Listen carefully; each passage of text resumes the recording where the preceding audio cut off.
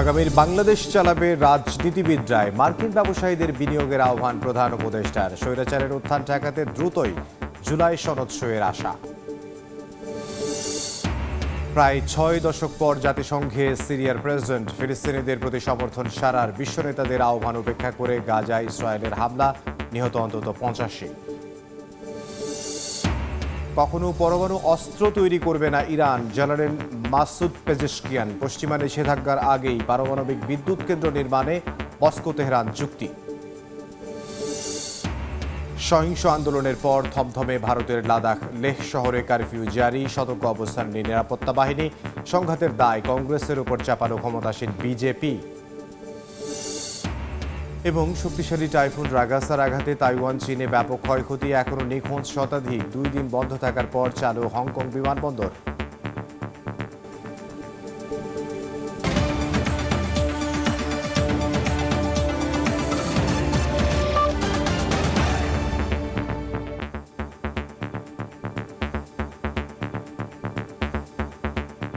আন্তর্জাতিক সময়ের সঙ্গে আছে আমি ইমদাদুল হক।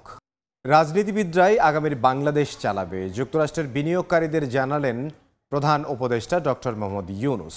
ইউএস বাংলাদেশ বিজনেস কাউন্সিল আয়োজিত অনুষ্ঠানে সফর সঙ্গে বিএনপি, জামায়াত ও এনসিপি নেতাদের পরিচয় করিয়ে দেন সরকার প্রধান। এছাড়া টেকসই উন্নয়ন লক্ষ্যমাত্রা অর্জনে $4 ট্রিলিয়ন ঘাটতি পূরণে বড় দেশগুলোকে সহায়তার আহ্বান জানান doctor Mohammad Yunus. New York থেকে হাসানুজ্জামান সাকির রিপোর্ট।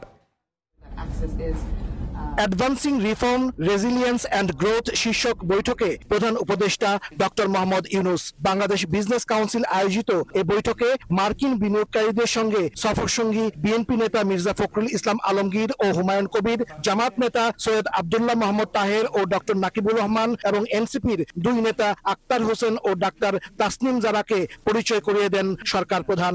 এ সময় বাংলাদেশে বিনিয়োগে প্রবাসী বাংলাদেশি ও বিদেশিদের প্রতি আহ্বান জানান ডক্টর ইউনূস। বাংলাদেশে ইউএস এর যে বিজনেসম্যান, যারা বড় বড় কোম্পানি, ইউএস এর যত বড় বড় কোম্পানি আছে, তাদের সাথে প্রফেসর ইউনূসের একটা বড় মিটিং হয়েছে। সেখানে উনি তাদের উদ্দেশ্যে বাংলাদেশে আরো ইনভেস্টমেন্ট করার আহ্বান জানিয়েছেন। এবং এই মিটিংটায় বাংলাদেশের থেকে যে 6 জন যে পলিটিক্যাল লিডার এসেছেন প্রফেসর ইউনূসের ইনভাইটেশনে, তারা 6 জনই উপস্থিত ছিলেন। সভায় উপস্থিত ছিলেন ঢাকায় যুক্তরাষ্ট্রের সাবেক রাষ্ট্রদূত, বর্তমানে তেল গ্যাস অনুসন্ধানে বহুজাতিক কোম্পানি এক্সিলারেট এনার্জির বাংলাদেশ প্রধান পিটার হাস এবং দক্ষিণ এশীয় বিষয়ক সাবেক মার্কিন সহকারী পররাষ্ট্রমন্ত্রী ও ইউএস ইন্টারন্যাশনাল ডেভেলপমেন্ট ফিনান্স কর্পোরেশনের ডেপুটি সিইও নিশা দেশাই বিশওয়াল সহ ব্যবসায়ী নেতারা। ফেব্রুয়ারির প্রথমার্ধের পরে যখন ডেমোক্রেটিক ট্রানজিশন হবে, তখন তো পলিটিক্যাল পার্টিগুলোই বাংলাদেশকে তারা গভর্ন করবেন। তো তাদের সাথে একটা এই বিজনেস কমিউনিটির, ইউএস এর বিজনেস কমিউনিটির যাতে আরো জানাশোনা হয়, সে বিষয়ে উনি আরো ইন্ট্রোডিউস করিয়ে দিয়েছেন। এর আগে জাতিসংঘ সাধারণ পরিষদে টেকসই উন্নয়ন নিয়ে প্রথম দ্বিবার্ষিক শীর্ষ সম্মেলনে যোগ দেন প্রধান উপদেষ্টা ডক্টর মোহাম্মদ ইউনূস। বলেন, বৈশ্বিক উন্নয়ন লক্ষ্যমাত্রার অর্থায়নের প্রতিশ্রুতি বাস্তবায়নে $4 ট্রিলিয়ন বিনিয়োগের ঘাটতি মেটাতে হবে। জলবায়ুর ক্ষতিকারক প্রভাব ও বিশ্বব্যাপী অর্থনৈতিক অস্থিরতার মধ্যেও বাংলাদেশ 13 লাখ রোহিঙ্গাকে আশ্রয় দিয়েছে উল্লেখ করে বিশ্ব নেতাদের পাশে থাকার আহ্বান জানান ডক্টর ইউনূস। পরে প্রাথমিক স্বাস্থ্যসেবা নিয়ে উচ্চ পর্যায়ের ওয়ার্কিং সেশনে অংশ নেন প্রধান উপদেষ্টা। এ সময় সরকার প্রধানের সফরসঙ্গী জাতীয় নাগরিক পার্টি এনসিপি নেতা ডাক্তার তাসনিম জারা বাংলাদেশের স্বাস্থ্য খাত নিয়ে কথা বলেন। প্রতিটি বৈঠকেই দেশের চলমান সংস্কার, বিচার ও জাতীয় নির্বাচনের প্রস্তুতি নিয়ে কথা বলেন ডক্টর মোহাম্মদ ইউনূস। বাংলাদেশের সরকার প্রধান হিসেবে শুধু নয়, বিশ্ব নেতা হিসেবে জাতিসংঘের উচ্চ পর্যায়ের বৈঠকগুলোতে গুরুত্ব পাচ্ছেন ডক্টর মোহাম্মদ ইউনূস। এসব বৈঠকে প্রধান উপদেষ্টা বিশ্বব্যাপী যুদ্ধবিগ্রহ ও সংঘাত বন্ধ ও শান্তি প্রতিষ্ঠার আহ্বান জানিয়েছেন। সেই সঙ্গে বৈশ্বিক সংকট মোকাবেলা করে বাংলাদেশ যে এগিয়ে যাচ্ছে বিশ্ব দরবারে, তা তুলে ধরেছেন প্রধান উপদেষ্টা। হাসানুজ্জামান সাকি, সময় সংবাদ, জাতিসংঘ সদর দপ্তর, নিউ ইয়র্ক। এর আগে জাতিসংঘ সাধারণ পরিষদের ফাঁকে দ্বিপাক্ষিক বৈঠকে প্রধান উপদেষ্টা ডক্টর মোহাম্মদ ইউনূসকে ইসলামাবাদ সফরের আমন্ত্রণ জানিয়েছেন পাকিস্তানের প্রধানমন্ত্রী শাহবাজ শরীফ। বৈঠকে দ্বিপাক্ষিক সম্পর্ক আরও এগিয়ে নেওয়ার প্রত্যয় ব্যক্ত করেন দুই সরকার প্রধান। ভবিষ্যতে স্বৈরাচারের উত্থান ঠেকাতে দলগুলো দ্রুতই জুলাই সনদ সই করবে বলে আশাবাদ জানান ডক্টর ইউনূস। এদিকে ডিসেম্বরে ঢাকায় আসছেন ইতালির প্রধানমন্ত্রী জর্জিয়া মেলোনি। হাসানুজ্জামান সাকির আরও একটি রিপোর্ট। প্রধান উপদেষ্টা ডক্টর মোহাম্মদ ইউনূস ও পাকিস্তানের প্রধানমন্ত্রী শাহবাজ শরীফের মধ্যে বহুল প্রত্যাশিত বৈঠক বুধবার সাধারণ পরিষদের ৮০তম অধিবেশনের ফাঁকে জাতিসংঘের সভাকক্ষে দুই নেতার মধ্যে এই বৈঠক হয়। বৈঠকে দুই দেশের স্বার্থ সংশ্লিষ্ট বিভিন্ন বিষয়ে তারা আলোচনা করেন। সম্প্রতি পাকিস্তানে বন্যায় নিহতদের জন্য শোক জানান প্রধান উপদেষ্টা। এ সময় ডক্টর ইউনূসকে পাকিস্তান সফরের আমন্ত্রণ জানান শাহবাজ শরীফ। শাহবাজ শরীফের তরফ মানে উনিও বরঞ্চ চিফ অ্যাডভাইজারকে ইনভাইট করেছেন যে পাকিস্তানকে ভিজিট করার। অত্যন্ত ফ্রুটফুল মিটিং এবং আমাদের যে পারস্পরিক যে আমাদের যে সম্পর্ক এটাকে নতুন মাত্রায় নতুন উচ্চতায় উত্তরণের আমরা বলবো যে উত্তরণ হয়েছে এই মিটিং গুলোর ফলে।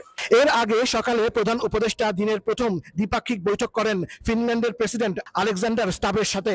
রোহিঙ্গা সংকট নিয়ে জাতিসংঘ আয়োজিত উচ্চ পর্যায়ের বৈঠকের কো হোস্ট দেশটির সরকার প্রধান এ সময় সম্পর্ক আরো জোরদারের কথা বলেন।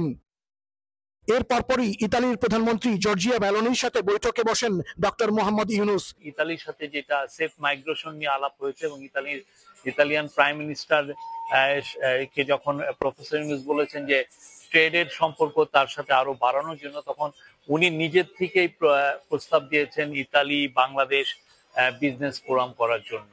এছাড়াও দিনের শেষ ভাগে কসোভোর প্রেসিডেন্টের সাথেও বৈঠক করেছেন প্রফেসর ইউনূস। জাতিসংঘ সফরে এসে তৃতীয় দিনেও ব্যস্ত সময় অতিবাহিত করেছেন প্রধান উপদেষ্টা ডক্টর মোহাম্মদ ইউনূস। এদিন 10টিরও বেশি কর্মসূচিতে অংশ নেন সরকার প্রধান। 26 সেপ্টেম্বর সাধারণ পরিষদের ৮০তম অধিবেশনে বাংলায় ভাষণ দেবেন প্রফেসর মোহাম্মদ ইউনূস। হাসানুজ্জামান সাকি, সময় সংবাদ, জাতিসংঘ সদর দপ্তর, নিউ ইয়র্ক। প্রায় 6 দশক পর বিশ্ব নেতাদের সামনে ভাষণ দিলেন সিরিয়ার কোনো প্রেসিডেন্ট। জাতিসংঘ অধিবেশনে দেয়া ভাষণে ফিলিস্তিনিদের প্রতি সমর্থন ব্যক্ত করলেন আহমেদ আল শারা। আহ্বান জানান দ্রুত সংঘাত বন্ধ করে দুই রাষ্ট্র বাস্তবায়নের। সিরিয়ার পরিবর্তনশীল সময়ের সুযোগ নিয়ে ইসরায়েল নতুন করে সংঘাত সৃষ্টির পাঁয়তারা করছে বলেও অভিযোগ করেন শারা। এদিকে গাজায় চলমান হত্যাযজ্ঞ বন্ধের আহ্বান জানিয়েছেন স্পেনের রাজা ফিলিপে। নিরাপত্তা পরিষদ সংস্কারের আহ্বান জানিয়েছেন জাপানের প্রধানমন্ত্রী শিগেরু ইশিবা।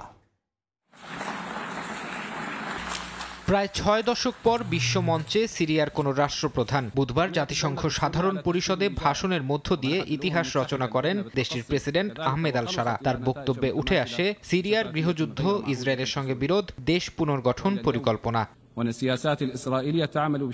গাজা যুদ্ধ ইস্যু নিয়েও কথা বলেন আহমেদ আল শারা। অবরুদ্ধ উপত্যকার ফিলিস্তিনিদের প্রতি সিরিয়ার সমর্থনের কথা জানিয়ে আহ্বান জানান দ্রুত সংঘাত বন্ধের। সিরিয়া যে কষ্ট ও যন্ত্রণার মধ্য দিয়ে গেছে তা কেউ কখনো অনুভব না করুক এই কামনা করি। আমরা সেই অনেক দেশের মধ্যে এক যারা যুদ্ধ ও ধ্বংসের যন্ত্রণার সঙ্গে পরিচিত।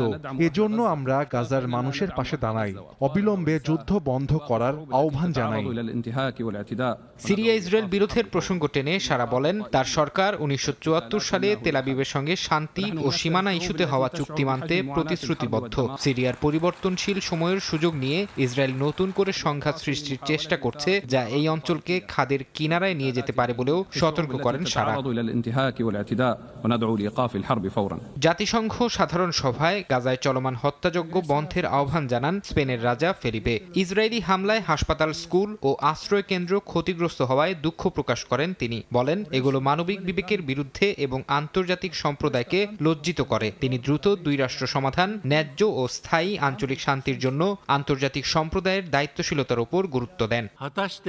জাতিসংঘ সাধারণ সভায় নিরাপত্তা পরিষদের সংস্কারের আহ্বান জানিয়েছেন জাপানের প্রধানমন্ত্রী শিগেরু ইশিবা। তিনি বলেন স্থায়ী সদস্যদের ভেটো ক্ষমতার কারণে নিরাপত্তা পরিষদ কার্যকরভাবে কাজ করতে পারছে না। ইশিবা বলেন নিরাপত্তা পরিষদের স্থায়ী ও অস্থায়ী সদস্য সংখ্যা বৃদ্ধি, নতুন স্থায়ী সদস্যদের ভেটো ক্ষমতা 15 বছর স্থগিত রাখা এবং পরিষদকে আরো প্রতিনিধিত্বশীল করা জরুরি। জাপানের প্রধানমন্ত্রী অভিযোগ করে আরো বলেন ইসরায়েলের একপাক্ষিক পদক্ষেপ দুই রাষ্ট্র সমাধানের পথ বন্ধ করছে। ফরহাদ চৌধুরী, সময় সংবাদ। জাতিসংঘের সাধারণ পরিষদের অধিবেশনে গাজা পরিস্থিতি নিয়ে বিশ্ব নেতাদের উদ্বেগের মধ্যেও অব্যাহত রয়েছে ইসরায়েলি আগ্রাসন। দখলদার বাহিনীর হামলায় একদিনে নিহত হয়েছেন আরও 85 জন ফিলিস্তিনি। এর মধ্যে কেবল গাজা সিটিতেই নিহত হয়েছেন 50 জন। গাজায় গণহত্যার প্রতিবাদে ইসরায়েলের এলাত শহরে ড্রোন হামলা চালিয়েছে ইয়েমেনের হাউথি বিদ্রোহীরা। এতে 20 ইসরায়েলি আহত হয়েছেন। এদিকে আরব নেতাদের সঙ্গে বৈঠকে 21 ধারা বিশিষ্ট যুদ্ধবিরতির পরিকল্পনা তুলে ধরেছে ট্রাম্প প্রশাসন, যেখানে বন্দীদের মুক্তি, স্থায়ী যুদ্ধবিরতি ও ধাপে ধাপে ইসরায়েলি সেনা প্রত্যাহারের মতো শর্ত রয়েছে বলে জানা গেছে। গাজা ইস্যুতে অনেক বড় বড় সম্মেলনের আয়োজন করা হলেও এমন হাজারো ফিলিস্তিনি মায়ের অশ্রুর বিচার যেন কেউই করতে পারছে না। গাজাবাসীর চোখে মুখে এখন জীবন জীবিকা নিয়ে অনিশ্চয়তার ছাপ। এক টুকরো রুটির জন্য প্রাণ দিতেও প্রস্তুত ক্ষুধার্ত গাজাবাসী। গেল বুধবারও জাতিসংঘের অধিবেশনের বিশ্ব নেতাদের গাজা ইস্যুতে দেয়া হুঁশিয়ারির কোনো তোয়াক্কা না করেই উপত্যকাটির শরণার্থী শিবির সহ একাধিক সুউচ্চ ভবনে হামলা চালিয়েছে নেতানিয়াহু বাহিনী। গাজার কেন্দ্রের আরও গভীরে প্রবেশ করেছে দখলদাররা। শুধু গাজা নগরী নয়, পুরো উপত্যকা জুড়ে অব্যাহত রয়েছে ইসরায়েলের সামরিক অভিযান। পানি নেই, খাবার নেই, আমাদের সন্তানরা ধীরে ধীরে শেষ হয়ে যাচ্ছে। কেউ আমাদের নিয়ে চিন্তা করে না, না কোনো দেশ, না কোনো বিশ্ব নেতা। আরব ও মুসলিম বিশ্বের নেতাদের সঙ্গে বৈঠকে ট্রাম্প প্রশাসন গাজায় যুদ্ধবিরতির একটি পরিকল্পনা তুলে ধরেছে বলে জানিয়েছেন ট্রাম্পের মধ্যপ্রাচ্য বিষয়ক দূত স্টিভ উইটকফ। এতে বন্দীদের মুক্তি, স্থায়ী যুদ্ধবিরতি ও গাজায় হামাসবিহীন প্রশাসনিক কাঠামো গড়ে তোলার পাশাপাশি ধাপে ধাপে ইসরায়েলের সেনা প্রত্যাহার সহ মোট 21টি প্রস্তাব রয়েছে। আরব নেতারা প্রস্তাবের বেশিরভাগ ধারা সমর্থন করলেও যোগ করেছেন কিছু শর্ত। এর মধ্যে আছে পশ্চিম তীর দখল না করা, জেরুজালেমে বর্তমান অবস্থা বজায় রাখা, দ্রুত হামলা বন্ধ করা এবং গাজায় মানবিক সহায়তা বাড়ানোর মতো শর্ত। এদিকে জাতিসংঘের সাধারণ অধিবেশনে যোগ দিতে যাওয়ার সময় তেল আবিবের বিমানবন্দরে বিক্ষোভের মুখে পড়েছেন ইসরায়েলের প্রধানমন্ত্রী বিনিয়ামিন নেতানিয়াহু। ইসরায়েলের বেন গুরিয়ন বিমানবন্দরে জড়ো হয়ে গাজায় যুদ্ধ বন্ধের দাবি জানান শত শত বিক্ষোভকারী। সংঘাত দীর্ঘায়িত করার জন্য নেতানিয়াহুকে দায়ী করেন তারা। এদিকে ইয়েমেনে হাউতি বিদ্রোহীরা গাজায় গণহত্যার প্রতিবাদ স্বরূপ ইসরায়েলের দক্ষিণাঞ্চলের এলাত শহরে 2টি ড্রোন নিক্ষেপ করে। এর মধ্যে একটিও ভূপাতিত করতে পারেনি ইসরায়েলি আকাশ প্রতিরক্ষা ব্যবস্থা। এ ঘটনায় বেশ কয়েকজন আহত হয়েছেন। হাউতির মুখপাত্র তেল আবিবকে কড়া ভাষায় হুঁশিয়ারি দিয়ে বলেন, নিরীহ ফিলিস্তিনিদের ওপর আগ্রাসন বন্ধ না হওয়া পর্যন্ত এ ধরনের হামলা অব্যাহত থাকবে। মালিহা সুহরওয়ার্দী, সময় সংবাদ। ইরান কখনো পরমাণু অস্ত্র তৈরি করবে না বলে সাফ জানিয়েছেন দেশটির প্রেসিডেন্ট মাসুদ পেজেশকিয়ান। জাতিসংঘ সাধারণ পরিষদে দেয়া ভাষণে তিনি বলেন, ধ্বংসাত্মক অস্ত্রনীতি অনুসরণ করবে না তেহরান। যুক্তরাষ্ট্র ও ইসরায়েলি হামলার পরও জাতীয় ঐক্য অক্ষুণ্ণ রয়েছে বলেও দাবি করেন পেজেশকিয়ান। এদিকে জাতিসংঘের সম্ভাব্য নিষেধাজ্ঞা আরোপের গুঞ্জনের মধ্যেই পরমাণু ইস্যুতে রাশিয়া ইরান চুক্তি হয়েছে।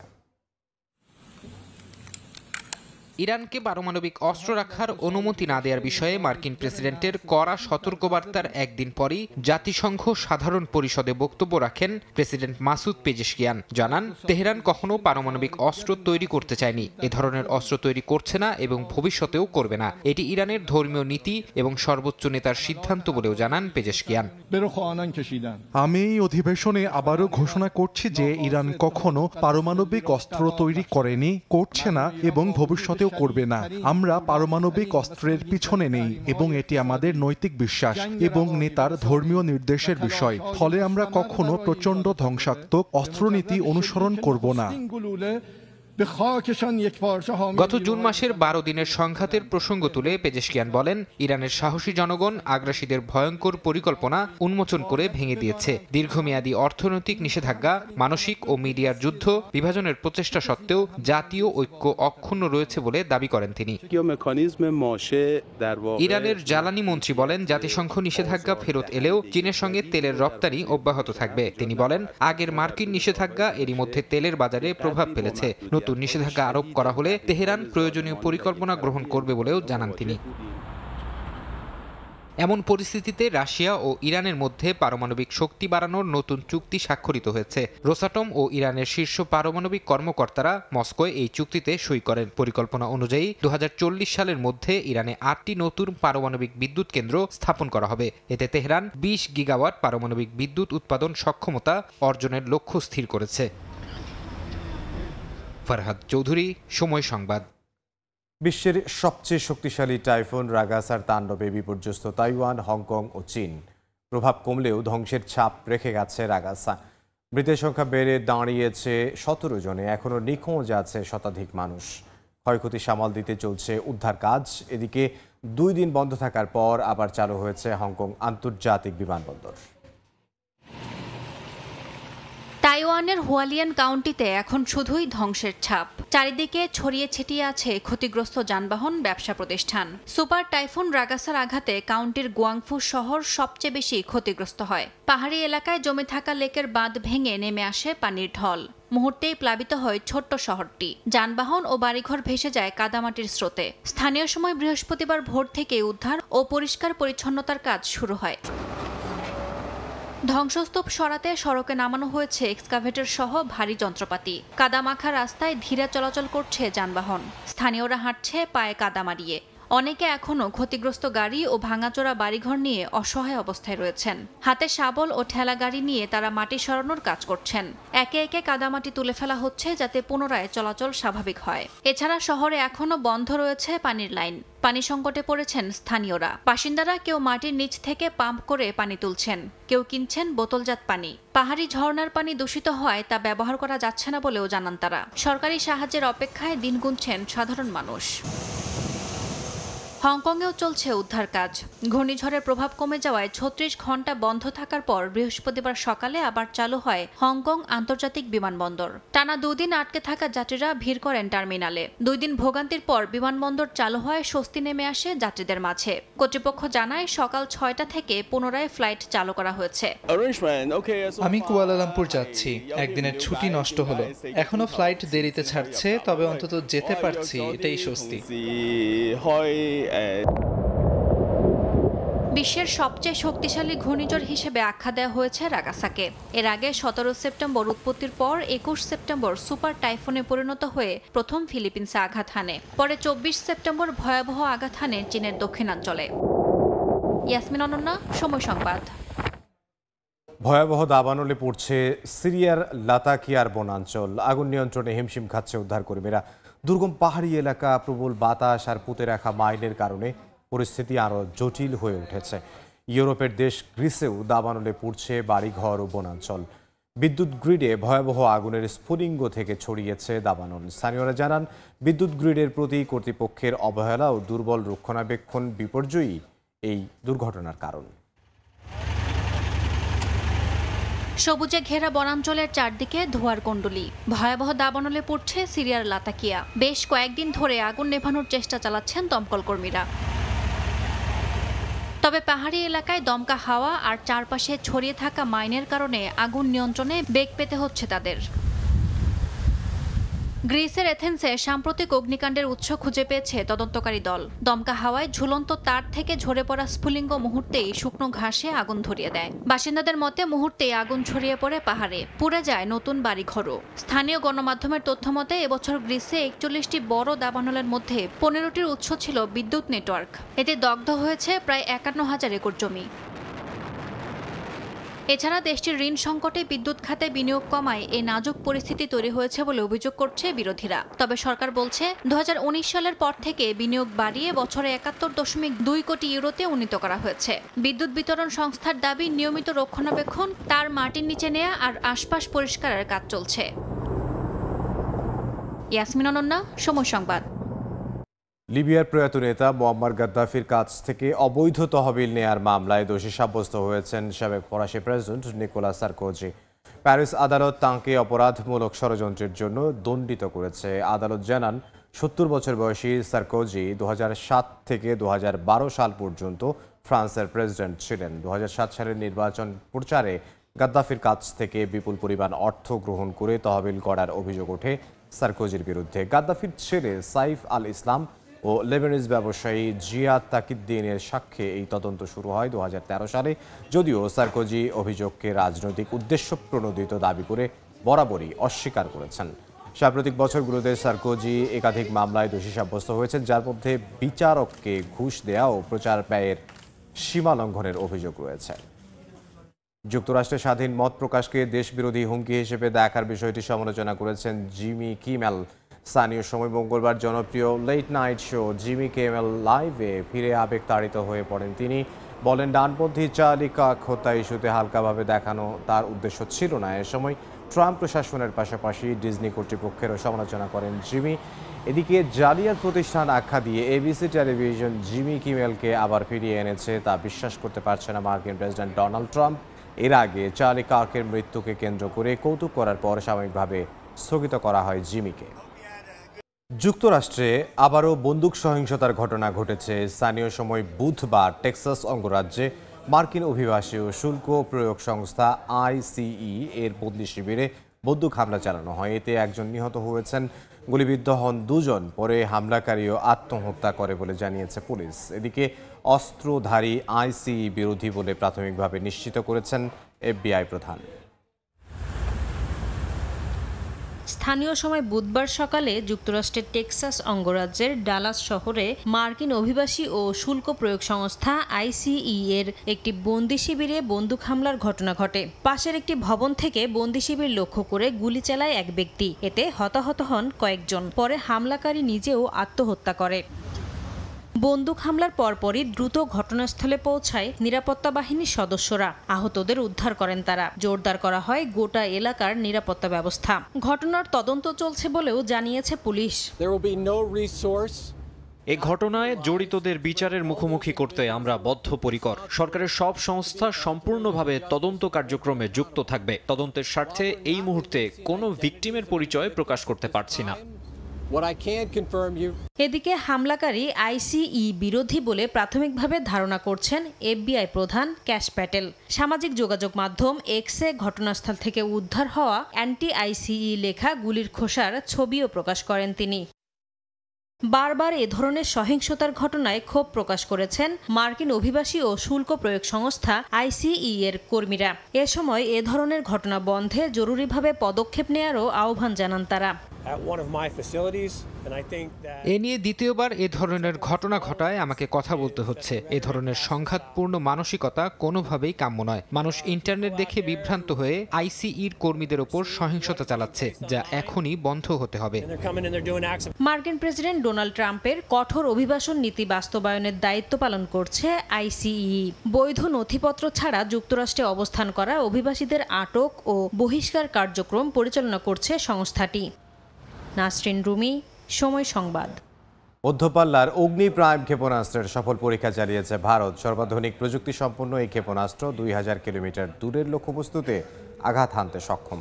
দেশটির প্রতিরক্ষা মন্ত্রী রাজনাথ সিং জানান, এই পরীক্ষার মাধ্যমে ভ্রাম্যমাণ রেলওয়ে লঞ্চার সিস্টেমে বড় ধরনের সফলতা অর্জন করল ভারত। ভারতীয় গণমাধ্যম বলছে, চলন্ত রেল নেটওয়ার্ক থেকে অল্প সময়ে ও কম দৃশ্যমানতায় ক্ষেপণাস্ত্র নিক্ষেপের ক্ষমতা অর্জন করল ভারত। প্রধানমন্ত্রী নরেন্দ্র মোদীর আত্মনির্ভর ভারতের লক্ষ্য বাস্তবায়নে এটি গুরুত্বপূর্ণ পদক্ষেপ হিসেবে বিবেচিত হচ্ছে। শ্রীলঙ্কার উত্তর পশ্চিমাঞ্চলে কেবল কারের তার ছিঁড়ে 7 বৌদ্ধ ভিক্ষু নিহত হয়েছেন। এতে আহত হয়েছেন আরও 6 জন। স্থানীয় সময় বুধবার গভীর রাতে ওয়ানা বনাঞ্চল মাঠের ধ্যান কক্ষে যাওয়ার পথে দুর্ঘটনা ঘটে। খবর পেয়ে দ্রুত ঘটনাস্থলে পৌঁছায় পুলিশ। পরে আহতদের উদ্ধার করে হাসপাতালে ভর্তি করেন তারা। পুলিশ জানায়, কেবল কারের তার হঠাৎ ছিঁড়ে যাওয়ায় তা দ্রুত নিচে নেমে গাছের সঙ্গে ধাক্কা খায়। কেবল কারটিতে 13 জন ভিক্ষু একসঙ্গে ছিলেন বলে জানা গেছে। নিহতদের মধ্যে 4 জন স্থানীয় এবং 3 জন বিদেশি ভিক্ষু রয়েছেন, যারা ভারত, রাশিয়া ও রোমানিয়া থেকে শ্রীলঙ্কায় গিয়েছিলেন। ডেনমার্কের আকাশে আবারও রহস্যময় ড্রোনের উপস্থিতির কারণে বন্ধ করে দেয়া হয় বিমানবন্দর। দেশের উত্তরাঞ্চলের জুটবার্গের আলবর্গের আকাশসীমায় একাধিক ড্রোন দেখা গেছে। নিরাপত্তা বাহিনী জানিয়েছে, স্থানীয় সময় রাতে শনাক্ত করার পরেও কয়েক ঘন্টা আলবর্গের আকাশসীমায় ড্রোনগুলো অবস্থান করে। আলবর্গ বিমানবন্দর সামরিক ঘাঁটি হিসেবে ব্যবহৃত হয়। আলবর্গ ছাড়াও দেশটির পশ্চিমাঞ্চলের বিমানবন্দরের কাছেও ড্রোন দেখা গেছে। কলম্বিয়ায় স্বর্ণখনি ধসের ঘটনায় আটক পড়ার 2 দিন পর 23 জন শ্রমিককে জীবিত উদ্ধার করা হয়েছে। স্থানীয় সময় বুধবার দেশটির উত্তরাঞ্চলীয় অ্যান্টিওকিয়া প্রদেশে উদ্ধার অভিযান সফলভাবে শেষ হয়। 80 মিটার গভীরে আটকে পড়া শ্রমিকদের সঙ্গে উদ্ধার কর্মীদের যোগাযোগ থাকায় তাদের পর্যাপ্ত খাবারের ব্যবস্থা করা গেছে বলে জানায় কর্তৃপক্ষ। উদ্ধার অভিযানে স্থানীয় কর্তৃপক্ষের পাশাপাশি আন্তর্জাতিক খনন কোম্পানির দলও অংশ নেয়। খনির মুখে ধস নামায় শ্রমিকরা ভেতরে আটকা পড়েন। জীবিত অবস্থায় ফিরে আসায় স্বস্তি প্রকাশ করেছেন তাদের পরিবার ও স্বজনরা। আন্তর্জাতিক সময়ের শীর্ষ সংবাদগুলো জানিয়ে দিচ্ছে আরও একবার। আগামীর বাংলাদেশ চালাবে রাজনীতিবিদরাই, মার্কিন ব্যবসায়ীদের বিনিয়োগের আহ্বান প্রধান উপদেষ্টার। স্বৈরাচারের উত্থান ঠেকাতে দ্রুতই জুলাই সনদ সইয়ের আশা। প্রায় 6 দশক পর জাতিসংঘে সিরিয়ার প্রেসিডেন্ট ফিলিস্তিনিদের প্রতি সমর্থন সারার। বিশ্ব নেতাদের আহ্বান উপেক্ষা করে গাজায় ইসরায়েলের হামলা, নিহত অন্তত 85। এবং সহিংস আন্দোলনের পর থমথমে ভারতের লাদাখ লেহ শহরে কারফিউ জারি। সতর্ক অবস্থানে নিরাপত্তা বাহিনী। সংঘাতের দায় কংগ্রেসের উপর চাপালো ক্ষমতাসীন বিজেপি।